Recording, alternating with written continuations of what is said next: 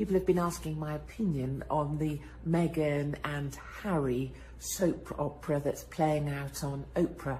And I guess I just have a few thoughts. First up, it really doesn't need Piers Morgan to be catastrophically awful just to please his employers at Mail Online because they have a grudge because of what happened in the courts with Mail on Sunday. I don't think that helps anyone, and I don't think it's very consistent with hashtag Be Kind and everything he ever said about Caroline Flack. Number two, I think we have to accept if you put yourself out there, not everyone's going to like you all the time or like everything that you've had to say.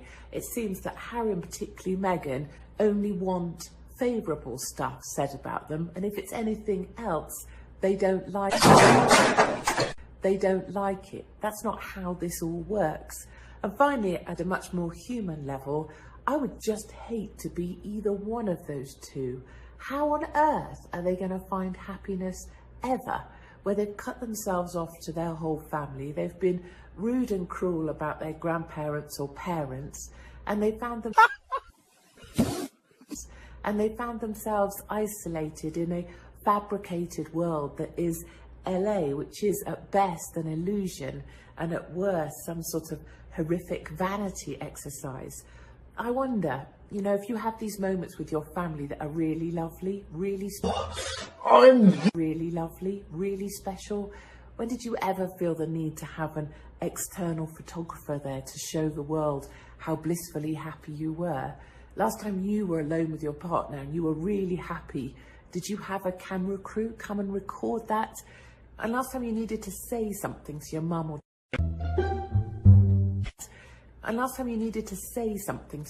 to your grandma, did you need to have Oprah in to do that? Or did you just pick up the phone and say, look, I'm sorry for all the shit that's happened, can we sort this out?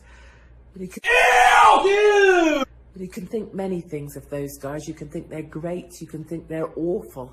One thing I can say for certain is that they'll never really be happy, not sure what they were looking for. I don't think they really know themselves, but I don't think they're ever going to find it, and certainly not with each other. Going into his back.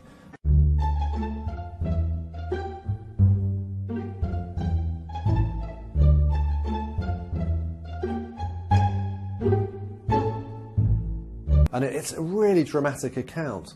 And of course, it's completely one-sided. We haven't heard Prince William's side of this. It could be very different indeed. Fact. But it's really bad. You know, we knew things were bad between them. We knew they'd had arguments, but we never knew things had got to this physical level. And it's really extraordinary. And to be clear, you know, if this happened to me in the street now, this would be an assault. And with the injury, it would probably be actual bodily harm. This is so cute. Say hello, girlies. Say hey. What's up, dog? Oh, don't take your eyes off the road, buddy boy. We good. We coolin'. We coolin'. You know, this is really serious stuff. What's so terribly unfair about this, and we will see this with the book in general, is it's a completely one-sided account. Shit, I don't even know. Like, I can't even tell you that. Like, Kensington Palace, Buckingham Palace, they've made clear that they're not going to comment because they don't want to get into a he said type row.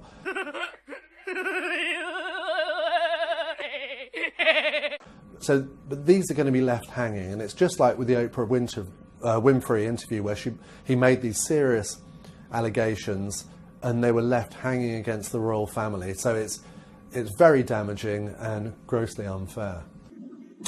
We do not care. What wasn't said in this leaked extract published by The Guardian was the context around this altercation. Wait a minute! Who are you? Remember that this was the time we know there were allegations of bullying being made against Meghan by members of their staff. No. And these were staff that were shared between William and Catherine and Harry and Meghan. And we've heard in the past how there was great disquiet with William and Catherine about how staff were being treated. Okay. And it sounds like that may have been the reason why William went round there. So, you know, the reason he was very concerned about what was going on, about Meghan's behaviour, was because of these allegations against his staff. I think that really does put a different complexion on things. This leak to The Guardian wasn't the only one. There's also been a leak, despite all this great security we've heard about. There's also a leak to the New York Post, which relates back to that old incident, you might remember, where Harry dressed up for a fancy dress party in a Nazi uniform.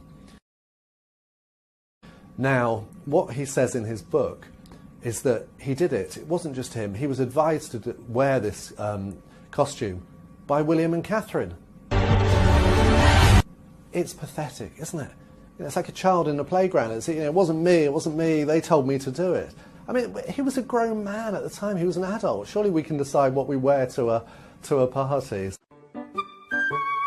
So it really, I must admit, when I heard this on the radio this morning, I laughed out loud. I thought it was quite sad.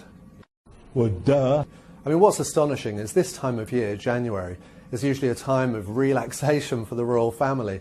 You know, they're on holiday, and instead they're having to read this, hear this on a daily basis. You know, we've had 2 or 3 trailers already for interviews, and they certainly seem to be interesting. You know, we've had Harry accusing the royal family of refusing to make it up to him, refusing to reconcile.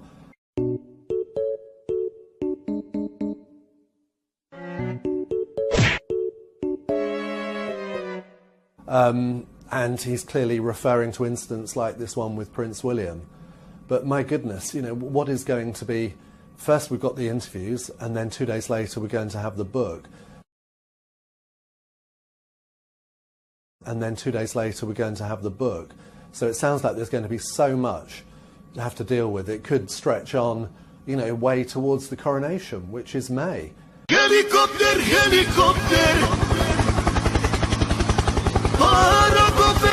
And Harry makes clear in one of these interviews that he hasn't decided whether to attend the coronation or not. On the one hand, they love to attend the royal events, Harry and Meghan do. It shows they're still part of the royal family. We do not care. You know, it's good for future business. But remember that the coronation is different. It's not like the Queen's funeral.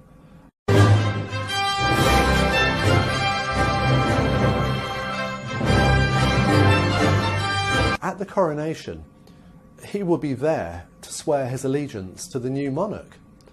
He will be seated separately from Meghan, because all the dukes and the lords who will be swearing allegiance will be seated together.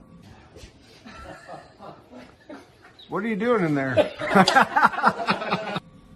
And that's a big thing for him to have to do.